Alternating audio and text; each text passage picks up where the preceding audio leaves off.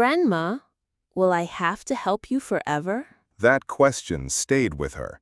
And for millions of older adults, it is more than just a child's worry. It is a warning sign we all need to hear. Harold Peterson, 72 years old, from Dayton, Ohio, used to walk to his mailbox every morning without thinking twice. But a few months ago, he started feeling some stiffness in his knees, a little soreness going up the stairs. He told his wife, "It is nothing, just part of getting older." So he sat more, moved less, took it easy. What Harold did not know was that his leg muscles were silently wasting away. By the time he finally went to the doctor, it was too late. His legs had weakened so much that he could no longer stand without help, and now he relies on a walker just to get around his kitchen. And Harold is not the only one. Weak leg muscles are one of the leading causes of disability in adults over 60.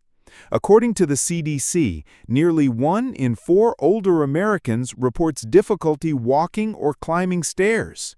And in many cases, it starts with gradual muscle loss that goes completely unnoticed.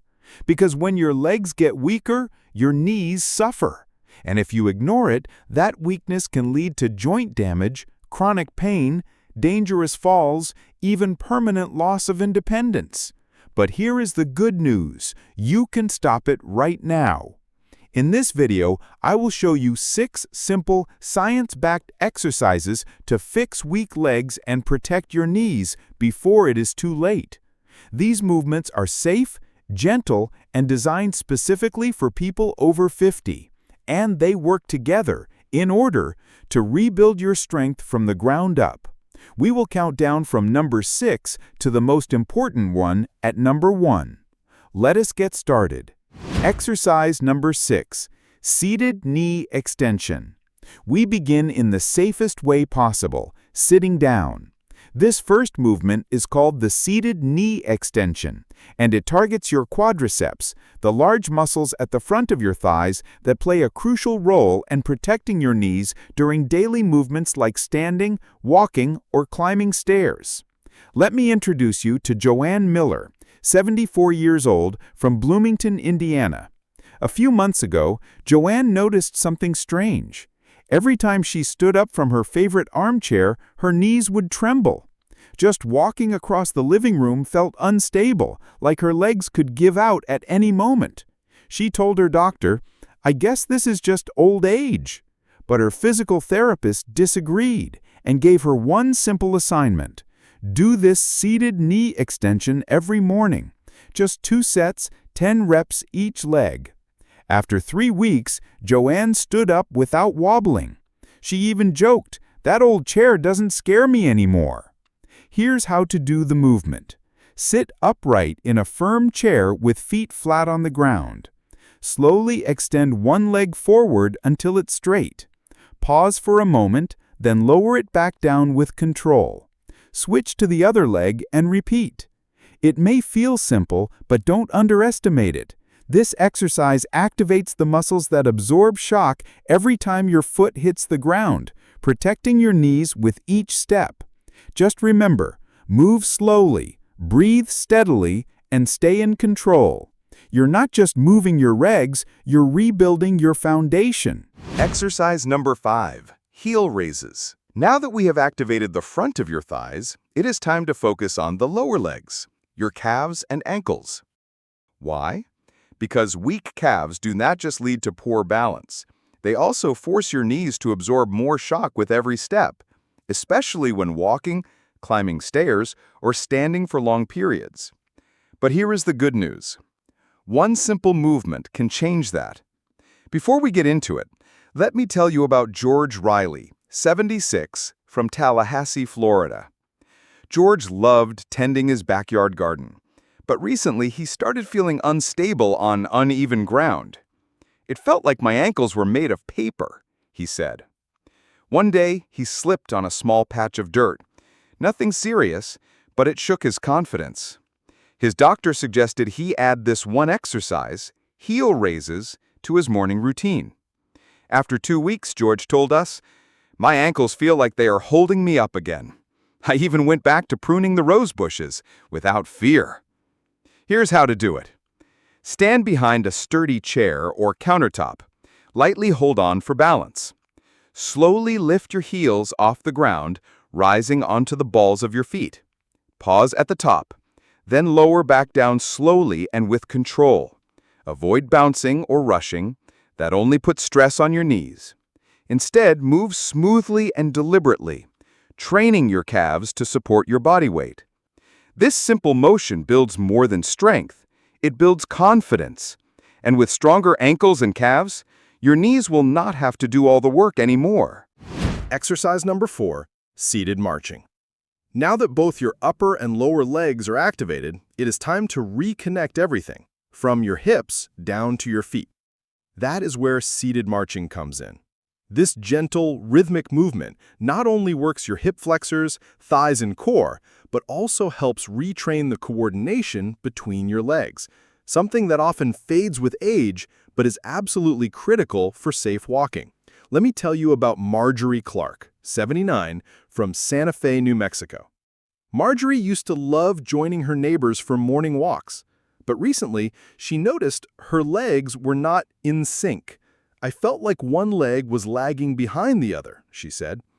Her doctor explained that it was not just weakness, it was loss of coordination between her hips and legs. So she started doing seated marching every day while watching TV. After 3 weeks, she called it her miracle move.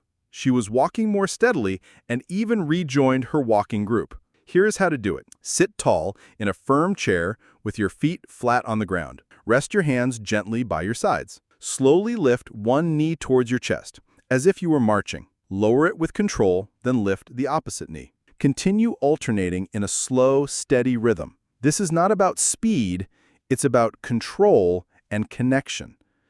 You are retraining your legs to move confidently, in harmony, and with stability.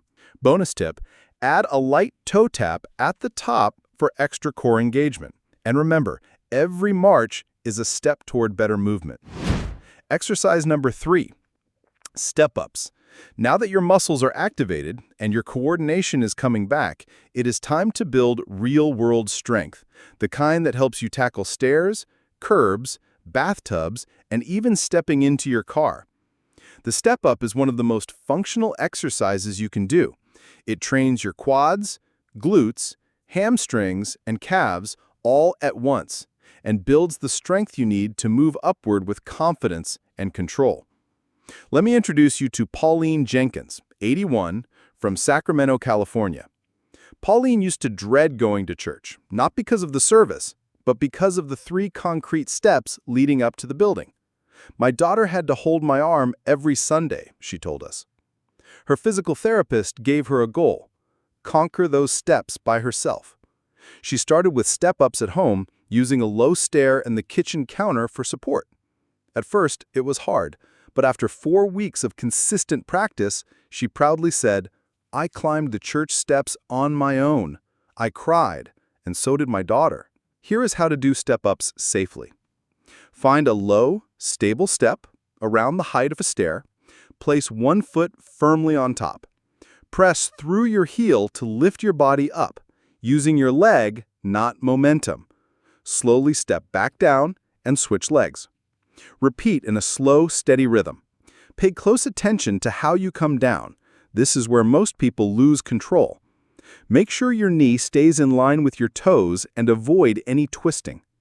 If you need help with balance, hold on to a countertop or handrail. Safety always comes first. Step by step, you are reclaiming your strength and proving to your body that it can still rise to the challenge. Exercise number 2, standing hip abduction. You have built strength in your thighs, calves, and hips. But there is one final area most people forget: the side of your hips. This group of muscles, especially the gluteus medius, plays a critical role in keeping your knees aligned during walking, standing, and going upstairs. That is where standing hip abduction comes in. But first, meet Dennis Harper, 68, from Asheville, North Carolina. Dennis was always steady on his feet until he tripped on a curb one day and sprained his knee. His doctor told him the problem was not his knee, it was his hip stability. I had never heard of that before, Dennis said. He started doing standing hip abductions every morning right after brushing his teeth. In just 2 weeks, he noticed something remarkable. I could stand on one leg while putting on my socks, no wobbling. His confidence came back, and so did his balance. Here is how to perform this exercise. Stand next to a sturdy chair or countertop. Hold on lightly for support. Shift your weight to one leg and slowly lift the other leg out to the side, without leaning your upper body. Keep your toes facing forward, not up or down. Pause briefly at the top, then return with control. Repeat 8 to 10 times, then switch legs. The key is controlled motion and no swinging. You should feel the outer hip and glute working, not your lower back or thighs. This movement strengthens the muscles that stabilize your entire lower body, protecting your knees and preventing dangerous side-to-side collapse when you walk. Done regularly, this one small exercise can make a huge difference in how safely you move. Exercise number 1, sit to stand. If you could only choose one exercise to fix weak legs and protect your knees, this would be it. The sit to stand mimics the most essential motion in everyday life, getting up from a chair. And yet, it's also the single best test of lower body strength, stability, and independence. It works your quads, glutes, hamstrings, and core all at once, while telling your body, we are not done yet.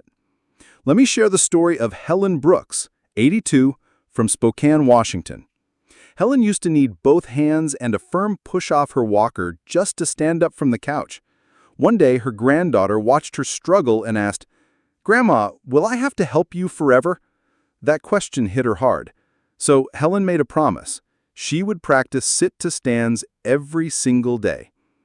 At first, she could only do 2, then 5. After 1 month, she stood up from her chair, hands free, looked at her granddaughter and said, "Not today, sweetheart. Here is how you can start. Sit tall in a sturdy chair with your feet flat on the ground and knees bent at 90 degrees. Cross your arms over your chest or extend them slightly forward for balance. Press through your heels, lean slightly forward, and stand up, using only your legs. Pause briefly at the top, then lower yourself slowly back into the chair, no collapsing. Too difficult? No problem. Start by placing a firm cushion on the seat to reduce the depth, or use the armrests for a little assistance until your strength builds. The goal is control, both going up and coming down. Why is this so powerful? Because studies show that the ability to rise from a chair without using your hands is a strong predictor of future mobility and even longevity. It's not just a movement, it's a statement. I am strong, I am stable, I can move on my own. So there you have it. 6 science-backed exercises that, when done together, can rebuild your legs, protect your knees, and help you stay independent for years to come. These movements aren't fancy, they're functional. They train the exact muscles you use every day, to walk, to rise, to live. Start with what you can, progress slowly, and most of all, don't wait until it's too late. If you only choose one today, make it sit to stand. Because every time you rise on your own, you're not just exercising, you're rewriting your future. If this video helped you, tap the like button so others can discover it too. And for more safe and science-backed strategies to stay active after 50, hit subscribe and join us for the next video. Thanks for watching, and remember, keep moving forward.